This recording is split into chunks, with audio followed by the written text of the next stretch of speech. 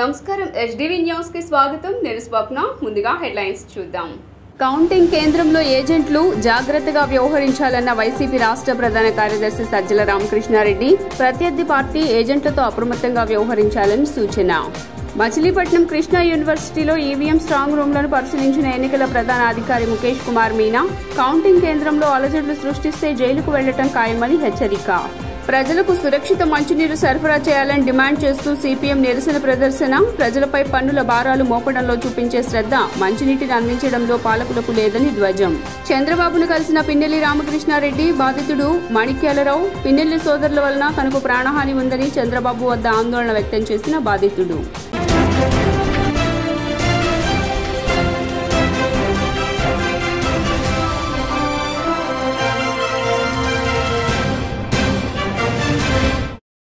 ఇక డీటెయిల్స్ చూస్తే ఎన్నికల కమిషన్ రూల్స్ ప్రకారం కౌంటింగ్ సమయంలో జాగ్రత్తగా ఉండాలని సజ్జల రామకృష్ణారెడ్డి అన్నారు.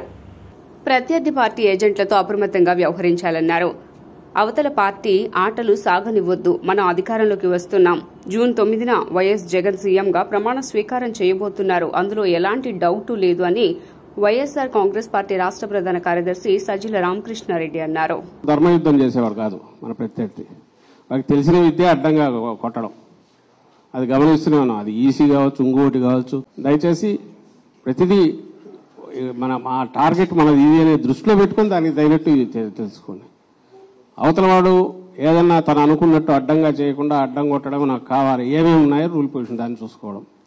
మనది ఒకటి వాడు చల్లనోటుగా ఇది చేసే పరిస్థితి రాకుండా అడ్డం పడాలి. ఏమేమి చేయొచ్చో దానికి మనకు కావాలి.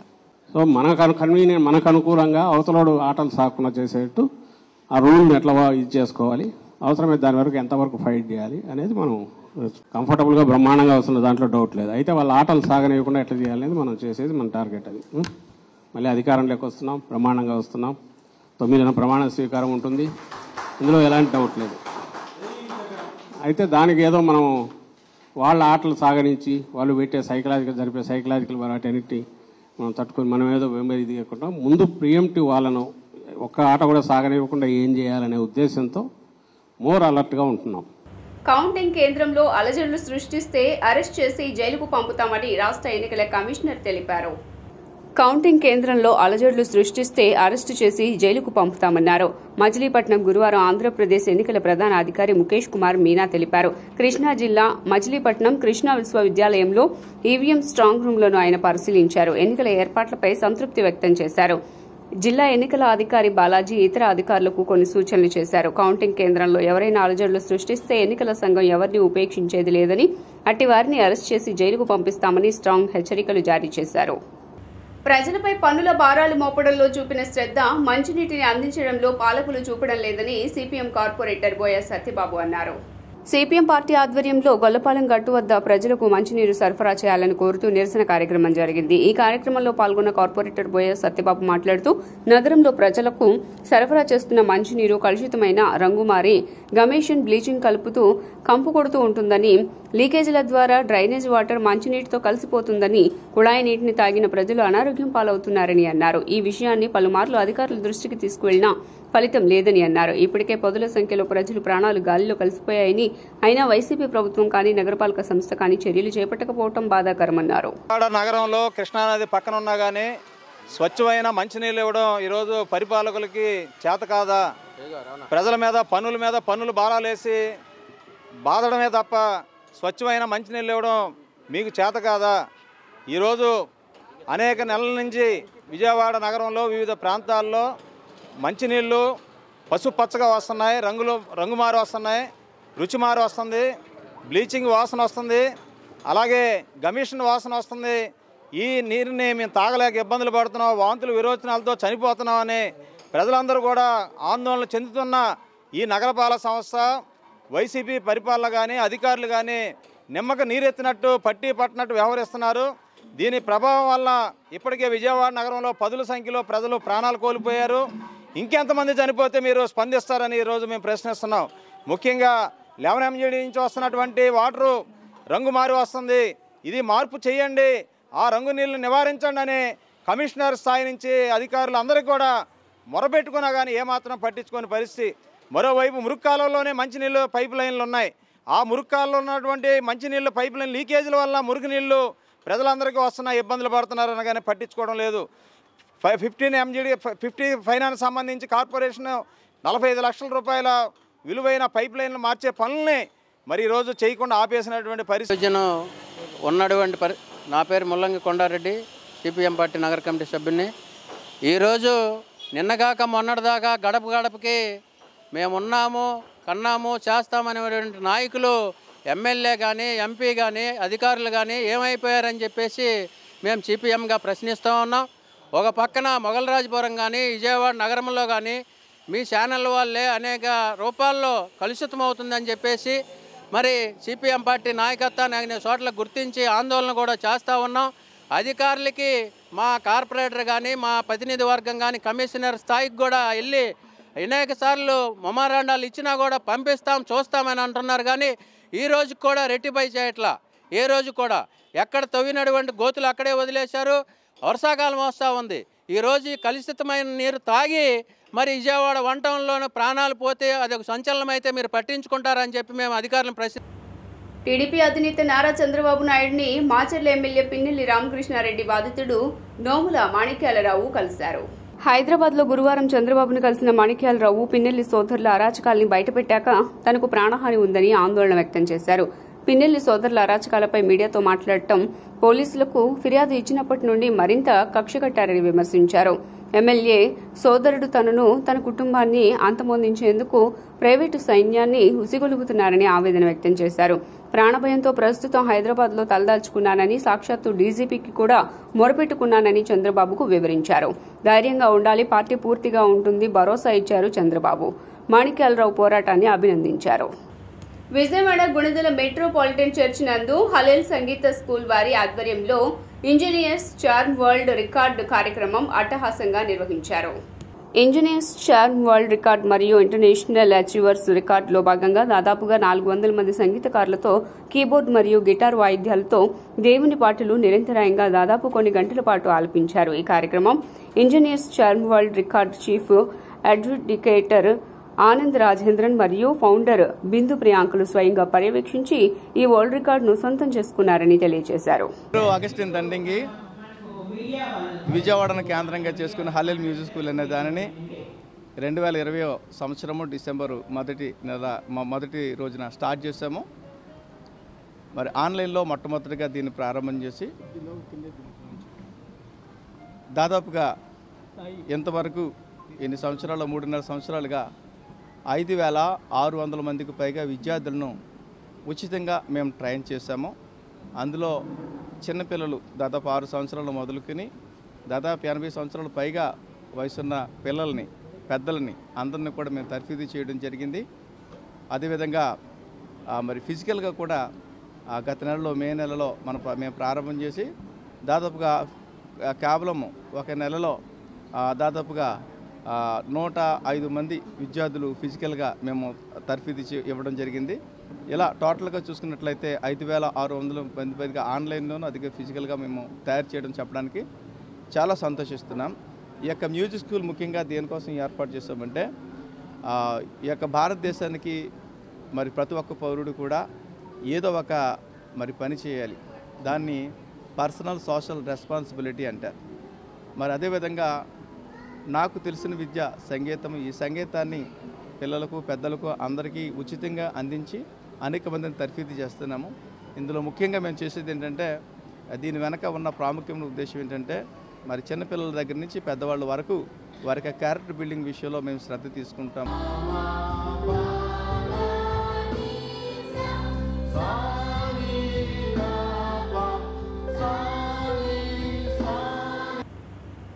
ఎన్నికల కౌంటింగ్ సందర్భంగా ఎటువంటి అవాంఛనీయ ఘటనలు జరగకుండా ముందస్తు భద్రతా చర్యల్లో భాగంగా నిర్బంధ తనిఖీలు నిర్వహిస్తున్నట్లు వెస్ట్ ఎస్సీపీ మురళీకృష్ణారెడ్డి తెలిపారు.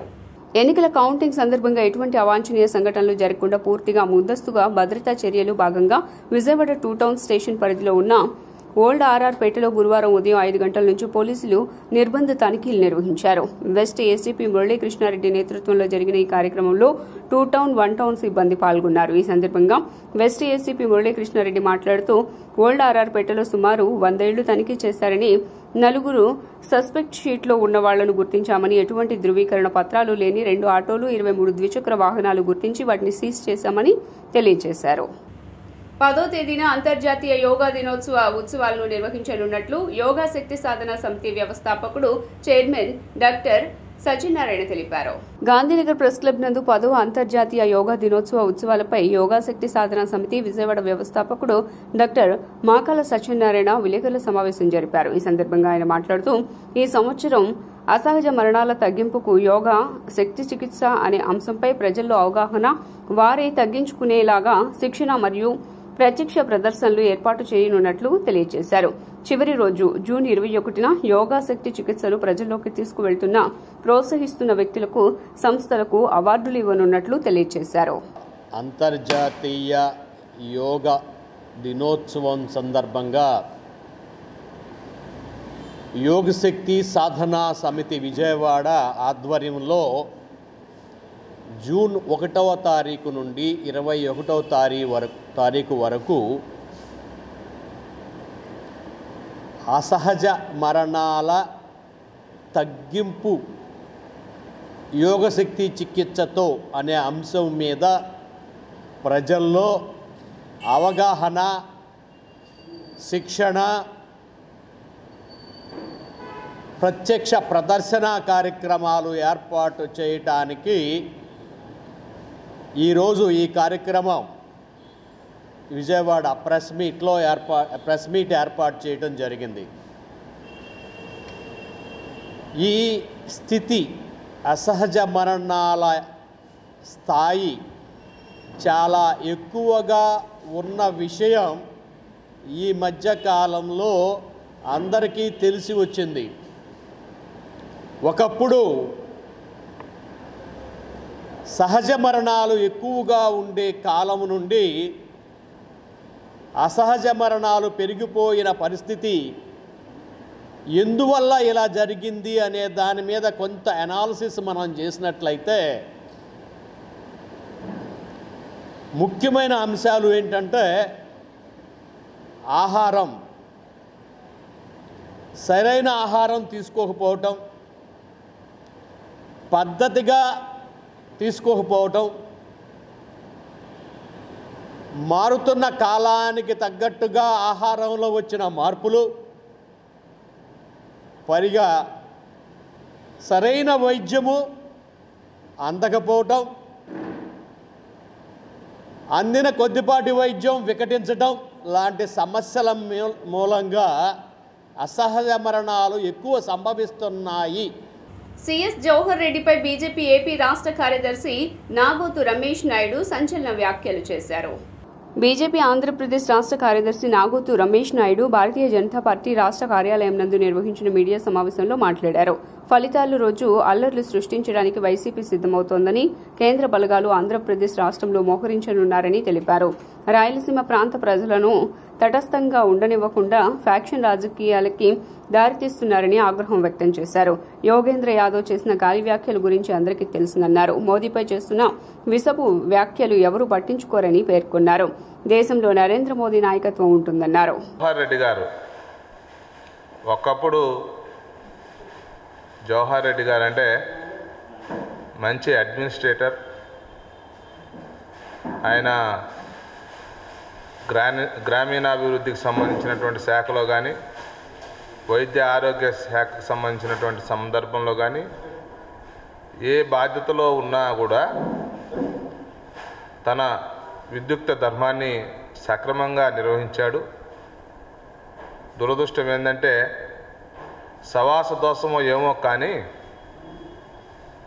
జవహర్ రెడ్డి గారి మీద వస్తున్నటువంటి విమర్శలు దురదృష్టకరం. ఆయన చేస్తున్నటువంటి పాపాలు క్షమించరానటువంటిగా తయారైపోయాయి. వైఎస్ ఫ్యామిలీ ఆది నుంచి కూడా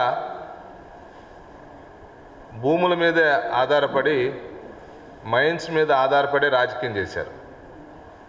అక్రమ మైన్స్, అక్రమ భూములకు సంబంధించినటువంటి విషయంలో వాళ్ళను మించినటువంటి వాళ్ళు ఇంకొకరు లేరు ఈ దేశ రాజకీయాల్లో. గతంలో కూడా చూసాం. పెనమలూరు మండలంలో దళితులు, పేద వర్గాలకు సంబంధించినటువంటి భూములన్నీ కూడా తమ కుటుంబానికి సంబంధించినటువంటి చెప్పు చేతుల్లో ఉన్నాయి అనేటువంటి విషయాన్ని అసెంబ్లీ సాక్షిగా ఆనాడు వైఎస్ రాజశేఖర రెడ్డి గారు ఒప్పుకున్నారు. తర్వాత వచ్చినటువంటి జగన్మోహన్ రెడ్డి గారు కూడా అదే పంతాలో భాగంగా తను ఈ రాష్ట్రంలో ఉన్నటువంటి భూములు,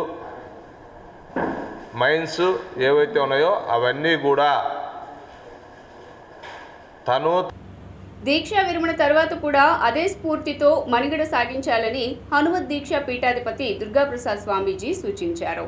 తెలంగాణ రాష్ట్రంలో గద్వేల్, రాజోలు తదితర ప్రాంతాలకు చెందిన సుమారు 300 మంది దీక్షాపరులు దీక్షలు విరమణ చేశారు. హనుమత్ పీఠంలో పీఠాధిపతి ఆధ్వర్యంలో దీక్షాపరులు ఈ దీక్షలు విరమణ చేశారు. పీఠాధిపతి దీక్షాపరుల నుండి దీక్షామాలలు తీయటంతో దీక్షలు పరిసమాప్తమయ్యాయి. దుర్గాప్రసాద్ స్వామీజీ మాట్లాడుతూ పాల ఫ్యాక్టరీ ఎదుట ఉన్న హనుమత్ దీక్షా పీఠంలో 300 మంది దీక్షాపరులు దీక్షలు విరమణ చేశారన్నారు. ఈ సందర్భంగా పీఠాధిపతి దుర్గాప్రసాద్ స్వామీజీ ఒక లక్ష్యంపై మనసును కేంద్రీకరించేందుకు దీక్షలను ఒక మార్గంగా ఎంచుకోవాలని సూచించారు. వార్తలు ముగించే ముందు హెడ్లైన్స్ మరోసారి. కౌంటింగ్ కేంద్రంలో ఏజెంట్లు జాగ్రత్తగా వ్యవహరించాలన్న వైసీపీ రాష్ట్ర ప్రధాన కార్యదర్శి సజ్జల రామకృష్ణారెడ్డి. ప్రత్యర్థి పార్టీ ఏజెంట్లతో అప్రమత్తంగా వ్యవహరించాలని సూచన. మచిలీపట్నం కృష్ణా యూనివర్సిటీలో ఈవీఎం స్ట్రాంగ్ రూమ్లను పరిశీలించిన ఎన్నికల ప్రధాన అధికారి ముఖేష్ కుమార్ మీనా. కౌంటింగ్ కేంద్రంలో అలజడులు సృష్టిస్తే జైలుకు వెళ్లటం ఖాయమని హెచ్చరిక. ప్రజలకు సురక్షిత మంచినీరు సరఫరా చేయాలని డిమాండ్ చేస్తూ సిపిఎం నిరసన ప్రదర్శన. ప్రజలపై పన్నుల భారాలు మోపడంలో చూపించే శ్రద్ధ మంచినీటిని అందించడంలో పాలకులకు లేదని ధ్వజం. చంద్రబాబును కలిసిన పిన్నెల్లి రామకృష్ణారెడ్డి. బాధితుడు మాణిక్యాలరావు. పిన్నెల్లి సోదరుల వలన తనకు ప్రాణహాని ఉందని చంద్రబాబు వద్ద ఆందోళన వ్యక్తం చేసిన బాధితుడు. ఎస్డివి న్యూస్ ఇంతటితో సమాప్తం. తిరిగి వార్తల్లో మళ్ళీ కలుద్దాం. అంతవరకు సెలవు. నమస్కారం.